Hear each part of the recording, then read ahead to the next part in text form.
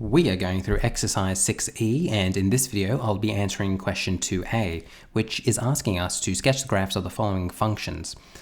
This is what I have before me. It is a cubic, and I'm first going to find my point of inflection. To find the point of inflection, we're really going to take note of my horizontal and vertical translations. So the first question we have to ask ourselves is, what is my horizontal translation? And as you can plainly see, there isn't any horizontal translations here. So that means my point of inflection, let's just call it POI, point of inflection, it's going to be at my x value of 0 because it isn't moving. And then I have a vertical translation of 3, so it's going to be shifted 3 up. So that means I could come over here and I could say that it's going to be around here. Let's call this 0, 3. Whoops, let's see if I can make that 3 a bit nicer. Perfect. The next thing that I want to do is find my x-intercept. The way in which I do this is by letting my y equal 0 and then solving for x. So I'm going to get 0 equals 2x cubed plus 3. I'm going to subtract 3 from both sides. I'm going to divide 2 to both sides. And now what I'm going to do is cube root both sides. So this is where I might need to zoom in for a second, because this is going to get a little tricky. Like that, put a 3 there, negative 3 on 2 equals x. So therefore, it's going to be at the point, the cube root of negative 3 on 2, 0. That is my x-intercept. Let me get a highlighter and highlight that. Perfect. Let's now zoom out. It's important to note that this is going to be a negative number, so let's just put it there. That's going to be really hard to write there, so I might just save it for the time being.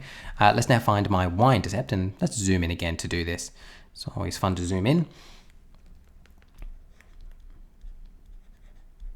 My y-int is going to occur when x equals 0, so that means I'm going to get y equals 2, 0, 3 plus 3, y equals 3, therefore it's going to be at the point 0, 3.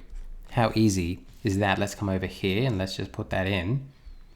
And look, we've already done it. It's already there because it's our point of inflection. Because it hasn't been translated horizontally, we've just done the same job twice. But that's perfectly fine. We can now have some reassurance that we've done it correctly. Let's now give this a sketch.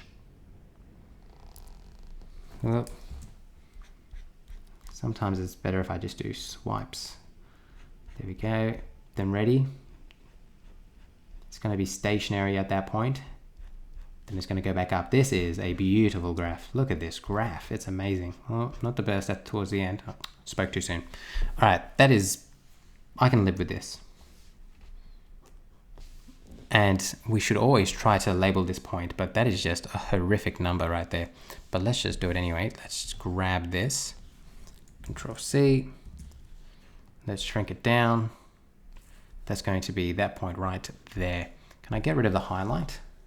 I really don't want it to be highlighted. Let's not do that. Okay, so that is what it's going to be. If you want a bit of a better looking graph, let me now refer to Desmos just to show you what this graph should look like perfectly. So here it is. As you can see, I have my 0, 3, 0, 3, and then I have negative 1.145. So that would be that point right there. Hopefully this was useful to you and you are feeling comfortable with graphing cubics. As I sometimes say, if you can let x equal 0 and y equals 0 and then solve for the other value, you can draw almost any graph.